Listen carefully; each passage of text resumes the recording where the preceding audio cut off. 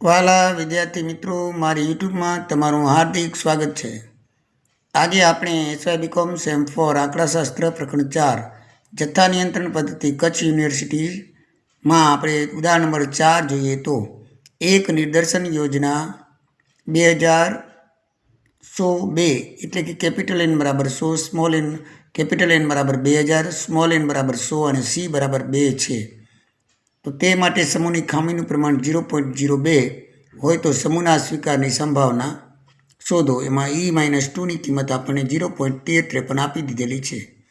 તો આપણે અગાઉ જોઈ ગયા છીએ કે સી બરાબર 0 હોય તો E માઇનસ NP પ્રમાણે સૂત્ર લેવાનું. સી બરાબર 1 હોય તો માઇનસ NP 1 વત્તા NP લેવાનું.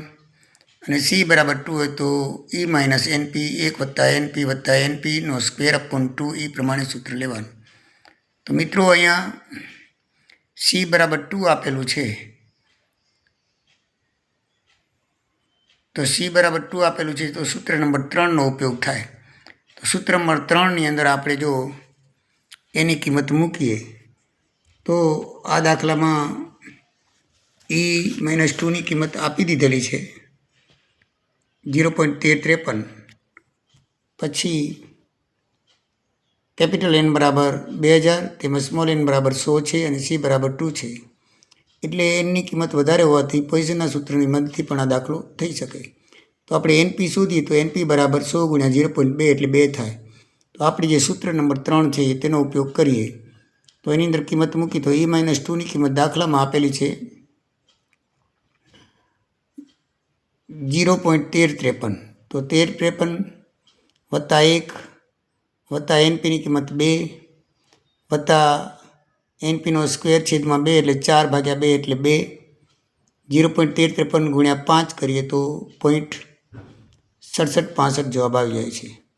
એવી રીતે ઉદાહરણ નંબર 5ની અંદર પણ સીની કિંમત આપણને 1 આપેલી છે. તો સીની કિંમત 1 આપેલી હોય તો સૂત્ર નંબર 2નો ઉપયોગ થાય. બરાબર છે. સૂત્ર નંબર 2નો ઉપયોગ કરતા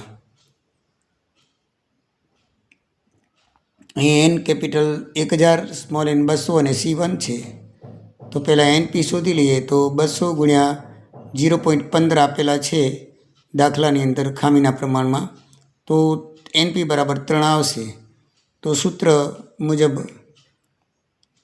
E-2ની કિંમત 0.0498, 1 વત્તા એનપીની કિંમત 3, 4, 0.0498 ગુણ્યા 4 કરીએ તો 0.1992 જવાબ આવે છે.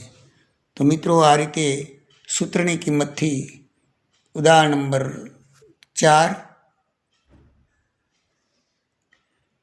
જે સૂત્ર છે એની અંદર જ કિંમત મૂકી દઈએ. આ બધું પરીક્ષામાં તમે નહીં લખો, ખાલી સૂત્રની અંદર ડાયરેક્ટ કિંમત મૂકી દો આટલી તોય પણ ચાલશે. આટલી જે વિગત આપી છે પહેલી લખવાની, કેપિટલ એન કે આ જે આપેલું છે તે, પછી સૂત્રની અંદર કિંમત મૂકી દો. એ રીતે ઉદાહરણ નંબર 5ની જે રકમ છે એની અંદર વિગત લખી કેપિટલ એન સ્મોલ એન સીની અને સૂત્રની અંદર કિંમત મૂકી દો એટલે તમારો જવાબ આવી જશે. તો આ રીતે ઉદાહરણ નંબર 4 અને ઉદાહરણ નંબર 5 થશે. મિત્રો ન સમજાણું તો કમેન્ટ કરશો. જય સિયારામ, જય દ્વારિકાધીશ.